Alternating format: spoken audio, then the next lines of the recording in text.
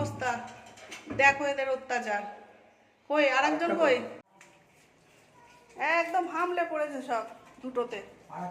আরেকজন ভয়ে আসেনি। মস্তান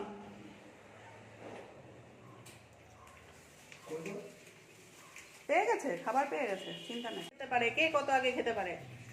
খা, তোর মা দেবে মার।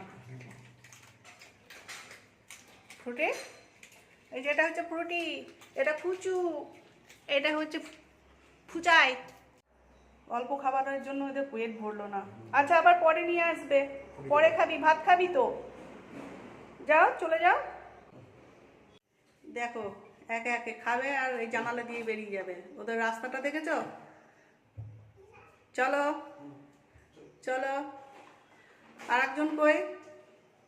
ওইটা দুষ্টু।